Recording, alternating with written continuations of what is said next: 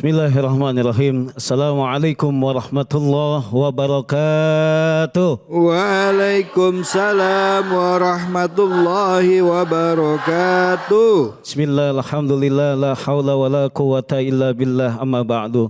Saudara-saudaraku yang dimuliakan Allah subhanahu wa ta'ala, alhamdulillah kita bisa diberikan nikmat oleh Allah berupa nikmat iman, Islam dan sehat walafiat. Alhamdulillah di siang hari ini kita dikumpulkan oleh Allah untuk dapat mendengarkan tausiah di acara Cahaya Hati Indonesia. Alhamdulillah Ibu. Ya.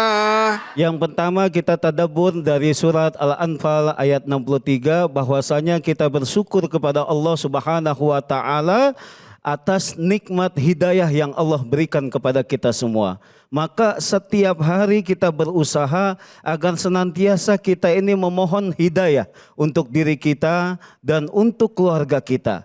Ini begitu sangat pentingnya. Karena apa? Untuk kita beriman kepada Allah Subhanahu wa taala, untuk meningkatkan iman kita kepada Allah Subhanahu wa taala, maka perlu kita selalu memohon hidayah dari Allah Subhanahu wa taala. Kita bermohon kepada Allah petunjuk yang begitu sangat luar biasa karena Allah Subhanahu wa taala yang jelas mengetahui kehidupan kita ke depan nantinya. Oleh karena itu penting bagi kita yang pertama adalah bermohon hidayah atas diri kita, keluarga kita kepada Allah Subhanahu wa taala. Yang kedua adalah bersyukur juga kepada Allah Subhanahu wa taala kita terlahir dari rahim kedua orang tua kita, ibu kita seorang muslimah. Bahwasanya kita semua ini kullu mauludin yuladu ala fitrah. Semua kita ini sebenarnya dilahirkan dalam keadaan fitrah, ya. Dilahirkan dalam keadaan suci. Fa abawahu yuhawidanihi au yunassiranihi au yumajjisanihi. Maka orang tua kita lah yang membuat diri kita ini jadi Yahudi, Nasrani ataupun Majusi. Oleh karena itu berterima kasih kita kepada orang tua kita bisa beriman kepada Allah Subhanahu wa taala lewat wasilah kedua orang tua kita. Alhamdulillah. Kemudian yang berikutnya adalah kita harus punya persiapan. Ketika seseorang ingin masuk ke dalam agama Islam, seorang mu'allab yang ingin masuk ke dalam agama Islam, hendaknya ia bersyahadat. Ketika bersyahadat itu harus ada sebelumnya itu 3 syarat minimal yang harus ia tekankan, yang harus ia miliki. Yang pertama sebelum syahadat, ini pelajaran untuk kita semua, terutama juga pengurus masjid, bahwasanya yang membimbing ketika syahadat, yang pertama yang harus ditanamkan adalah tidak ada unsur paksaan kita masuk ke dalam agama Islam. Ini yang penting. Tidak ada unsur paksaan. Kata Allah Subhanahu wa taala di dalam surat Al-Baqarah ayat 256, kata Allah, la ikraha fiddin. Tidak ada paksaan di dalam beragama. Artinya ketika kita membujuk seseorang untuk masuk ke dalam agama Islam, merayu seseorang untuk membujuk dia masuk ke dalam agama Islam, kita rayu dia, nanti kalau masuk agama saya gampang dah, nanti saya kasih duit, nanti saya kasih Indomie. Nah itu nggak boleh. Begitu juga kalau seandainya kita paksa dia untuk masuk ke dalam agama Islam, bahkan kalau seandainya sampai mengancam dia, itu nggak boleh. Maka yang pertama yang harus kita tekankan adalah tidak ada paksaan di dalam agama.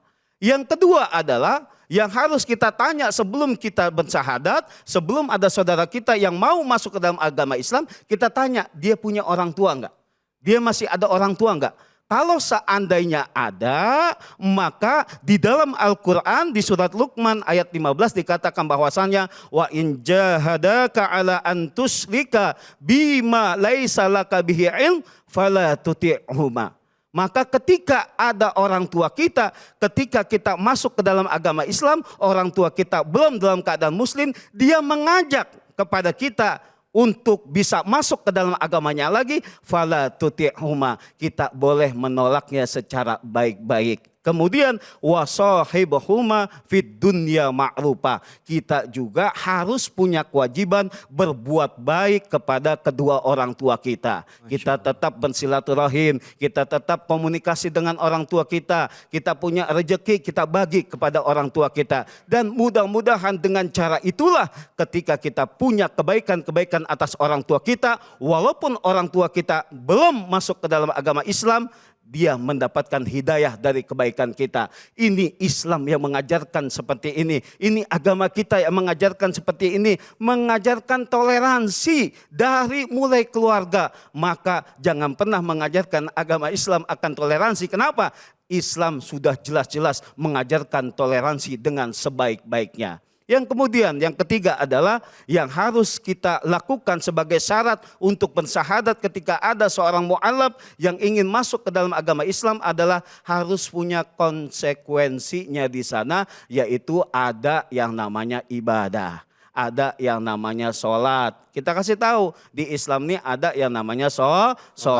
Kenapa? Di dalam Al-Quran dikatakan bahwasanya ya ayyuhalladzina amanu dkhulu fis-silmi kafah. Wahai orang-orang yang beriman, masuklah kamu ke dalam agama Islam dengan secara keseluruhan. Artinya dengan kita memahami ini, seorang mu'alaf bisa punya bekal ilmu ketika dia masuk ke dalam agama Islam. Begitu juga dengan kita yang telah masuk beriman kepada Allah dari semenjak lahir. Ketika kita punya pegangan ini semua, kita punya ilmu tauhidnya, maka ketika ada yang bertanya, kenapa engkau menyembah Allah? Kenapa engkau menjadikan Tuhan yaitu Allah Subhanahu wa taala? Kita enggak jadi bingung lagi. Kita tidak lagi yang namanya ragu lagi. Kita tidak lagi yang namanya goyah keimanan kita, tauhid kita. Maka banyak orang dari kita yang telah beragama Islam, kenapa kok sampai dengan Indomie aja pindah akidahnya? Masya Allah. Baik, terima kasih banyak guruku Al-Mukarram Kiai Haji Rendi Tanjung. Bu, siapa yang mau nanya? Iya. Silakan Ibu, silakan. Assalamualaikum warahmatullahi wabarakatuh. Waalaikumsalam warahmatullahi wabarakatuh. Perkenalkan, nama saya Elia dari Majelis Sholawat Puri Cilgon Hijau, Cilgon. Ya, Pertanyaan saya Ustadz, bagaimana jika seorang mu'alaf di tengah perjalanannya menjadi seorang muslim tidak konsisten niatnya dalam mempelajari ilmu agama dan dia tidak mempelajari dalam tentang agama Islam? Oh iya. Mungkin pertanyaan saya itu Ustadz. Terima kasih. Wassalamualaikum warahmatullahi wabarakatuh. Waalaikumsalam. Kalau mu'alaf itu udah jadi muslim Bu, ya cuman maksudnya setelah dia bersyahadat konsekuensinya apa Ustadz? Kalau habis bersyahadat dia nggak belajar agama, sholat enggak gitu ya Bu ya, baca Quran enggak, minum alkohol iya masih ya kan, cuman syarat doang gitu ya Bu ya? Ya. Oke, silakan Kiai Fadal.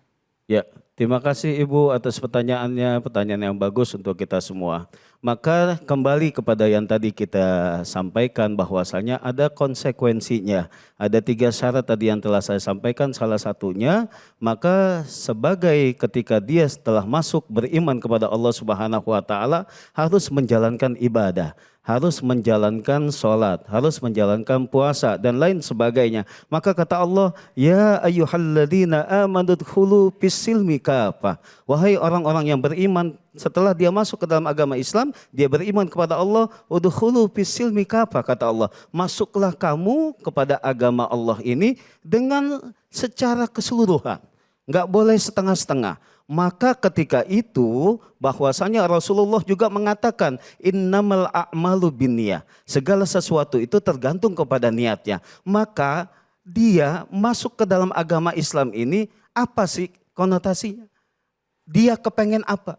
Dia tujuannya apa? Nanti akan terlihat jelas ketika dia telah masuk agama Islam, dia serius apa tidak.